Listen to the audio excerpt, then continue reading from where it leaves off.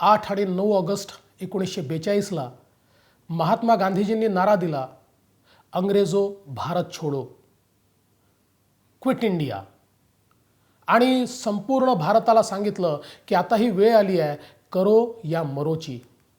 एक असा नारा की ज्याने संपूर्ण भारत ढवळून निघाला आणि भारताच्या स्वातंत्र्याच्या लढाईतला अंतिम टप्पा या एका नाऱ्याने त्या ठिकाणी गाठला।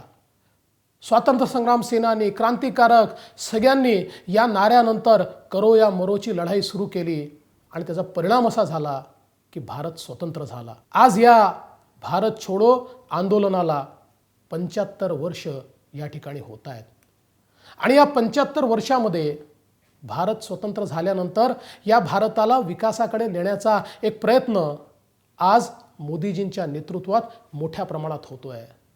आज पुन्हा एकदा हाच नारा देण्याची आवश्यकता आहे। आज भारत छोडो आंदोलन हे पुन्हा एकदा वेगळ्या प्रकारे करण्याची आवश्यकता आहे।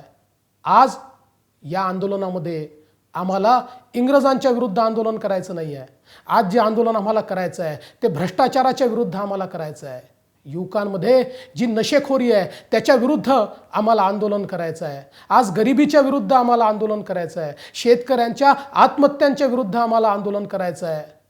या देशाला सुख्यापासनं, दुष्काळापासनं मुक्त करण्याकरता आम्हाला आंदोलन करायचं आहे।